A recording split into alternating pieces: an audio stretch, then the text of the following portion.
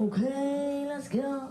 The false prophets were so effective that between the idea of replacing people with AI and actually implementing it, decision makers in business and society already started acting on answers from AI chats, skipping the stage where AI would first become capable of making strategic decisions on its own.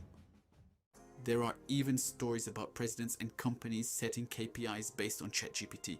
For example, Ulf Kristersson, the Prime Minister of Sweden, in an interview with Dagens Industri, he admitted that he regularly consults chatbots, ChatGPT and LeChat. After that, a scandal and a broader debate unfolded in the Swedish media. Amazon France Logistique. €32 million fine for KPI totalitarianism. At Amazon's French warehouses, efficiency was tracked by scanners down to the second. The regulator CNIL deemed the system excessively intrusive and issued a fine. The company had to disable the disputed indicators and soften the triggers. Woolworths Australia, an AI productivity framework. The chain rolled out a coaching and productivity system that algorithmically standardized the pace at each warehouse. Result, a 17-day strike, supply disruptions, and according to the press, around approximately $140 million in costs. Klarna, aggressive AI automation of customer support, then a rollback. CEO Sebastian Siemiatkowski boasted that an assistant based on OpenAI was doing the work of 700 agents. But in 2025, investigations reported chaos at an outsourced contact center, overload, high turnover, customer complaints, and the business press noted a partial return of human staff. Why is handing over leadership of entire teams and departments to AI a bad idea by design? Let's start with this. Nobody denies that even today's AI can do some tasks more efficiently than humans. The keyword is can. Yes, it's much faster at routine stuff, but its answers aren't always right because context matters, especially in business. Start small. Why does a well-educated, strong specialist struggle to find a job while less experienced colleagues land one with a great salary? Answer is simple: good connections. Same with business owners. In most cases, business success comes from relationships. Take John, who wants to launch an office supply business. If he tries to win the market from scratch, his odds are tiny. Too much competition and the product is simple. Even an AI chat will tell him the odds are low and he should look for a more profitable niche. Numbers don't lie. But if John knows other business owners, friends, former classmates, family connections, etc., they can help him early on by buying office supplies from him instead of their old vendors. That lets him stand on his feet and grow. Soon John might need services or goods, say a CRM, delivery vans, etc., provided by those same friends who gave him his first orders. Naturally, he'll go to them first. At this point, the AI agent will be yelling that this is irrational because other suppliers are 15 to 20% cheaper. John, by making irrational purchases from your friends' companies, you're breaking the whole model I calculated. I'm so precise and much smarter than you that even small deviations trigger cascading failures. That means your business will crash. This is the same AI that at the very beginning told John not to start this business at all. Do not redeem it! Do not redeem it! Do not redeem it! So what will John choose? Abandon social capital or grab immediate profit? If he chooses the second option, he may make short-term profit but burn through his social capital.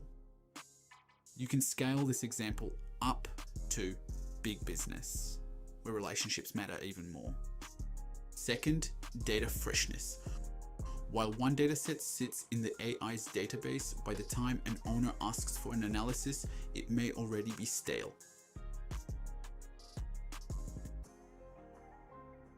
You might say that in the future, AI agents will pull info in real time and have access to a super database. In theory, yes. In practice, first, who's giving access to that super database for a couple $1,000s a month? There was even a recent story that folks behind an AI company called Perplexity wanted to buy Google Chrome for a huge sum. In theory, the big tech giants could build such a thing through their services like Amazon or Facebook, and then feed that super database into their AI agents. But then why would they need you as a business as clients? If they're the first to know what's hot and what will make money, I'm afraid they'll leave you the scraps, trinkets, and office supplies, while they create highly profitable AI-powered data-driven subsidiaries. Second, the super database would need access to every aspect of a person's life: what they eat, when they eat, what they do while they eat, what they do after, when they'll get hungry again, what they'd like to eat, whether they have money for it, whether their friends and relatives have money. In other words, access to all databases, bank accounts, medical records, private messages, camera feeds, smart speaker logs, etc. Otherwise, how would AI predict what to sell you during your next meal if you don't have money at that moment? Third, the speed of change and decision making. While you're making product X, product Z suddenly goes viral at your competitor. Your AI director says to switch to Z. By the time you do, product Y is trending at another competitor. Now the AI says to switch to Y. Round and round. Not only do you miss the window of peak demand because retooling takes time, you also burn money on the retooling itself. Sure, by the third or fourth time, the super AI director will spot the pattern and stop telling you to chase hype, realizing you're losing more than you make. But what can it offer instead? Not much. AI analyzes current data, it can't see the future. At best, AI can project demand from today's signals. It can't predict future tastes and preferences. So it falls back on the old reliable approach. Build your own innovative product through tests and experiments with humans employees. Which is why the fact that key decision makers are already leaning on relatively weak AI systems actually gives me hope.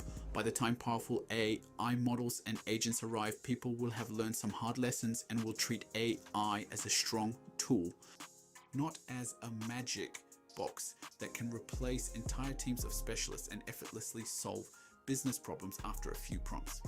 Or am I wrong? I'm interested in your opinion in the comments. Was this video helpful for you? Then hit that subscribe button. Do it!